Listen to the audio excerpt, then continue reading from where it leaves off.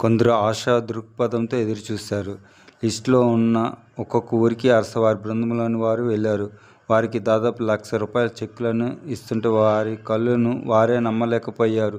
ఇంకా ఎక్కువ అప్పులుంటే ప్రభుత్వ సహాయానికి ప్రయత్నిస్తామని, తొందరపడి ఆత్మహత్యలు చేసుకోవద్దని ధైర్యం చెప్పారు. డబ్బు అందడం వల్ల వారికి నమ్మకం కుదిరింది. ఎక్కువ గ్రామాలకు జయంతి వెళ్లి తన చేతులతో సహాయం అందించింది. అర్స పేరు, సంస్థ పేరైన కరుణ పేరు గ్రామస్తులకు, గ్రామ పెద్దలకు చెప్పింది. ఆ గ్రామంలోని వారెవరికీ తాము అంత ఆర్థిక ఇబ్బందులు ఉన్నట్టు వీరికెలా తెలిసిందో అర్థం కాలేదు.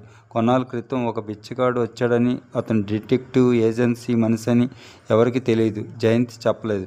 అప్పుడు అనుకున్న అద్భుతం కల సాకారం అయింది. హఠాత్తుగా ఆత్మహత్యలు ఆగిపోయాయి. ప్రముఖ దినపత్రికల్లో ఆ వార్తలను చూసిన ముఖ్యమంత్రి ఆశ్చర్యపోయారు. ఇంటెలిజెన్స్ వాళ్ళని పిలిపించి ఈ అద్భుతం ఎలా జరిగిందో రిపోర్టు ఇమ్మన్నారు. ఇంటెలిజెన్స్ వారు 15 రోజుల్లో వాళ్ళ రిపోర్టు ప్రభుత్వానికి అందజేశారు. హర్ష ఫ్యామిలీ బ్యాక్గ్రౌండ్, అతని ప్రాజెక్టుల గురించి చెప్పారు.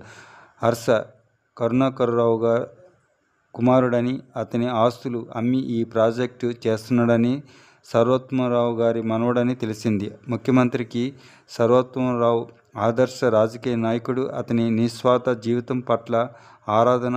అదికాక కరుణాకరరావు పీపుల్స్ వార్ గ్రూప్ కారణంగా మరణించడం వల్ల హర్షను వెంటనే చూడాలని అనిపించింది. అతనితో పర్సనల్ మీటింగ్ అరేంజ్ చేయమని సెక్రటరీని ఆదేశించారు. సెక్రటరీ ఫోన్ ద్వారా ముఖ్యమంత్రి గారి ఉద్దేశాన్ని హర్షకు తెలియపరిచాడు. హర్ష తన సహచరులతో ఈ విషయం చర్చించాడు.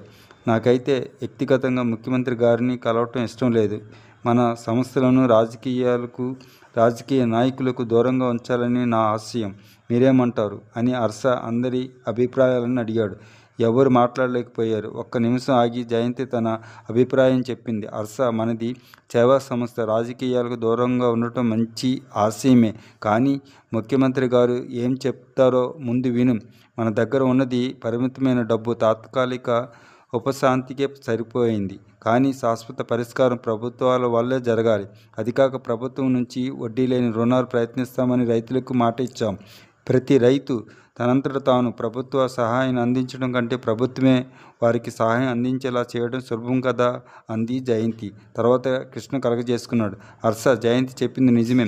ముఖ్యమంత్రి సానుకూల ధోరణిలో ఉంటే రైతులకు వడ్డీ లేని లేదా స్వల్ప వడ్డీ రుణాల గురించి అడుగుదాం అన్నాడు కృష్ణ.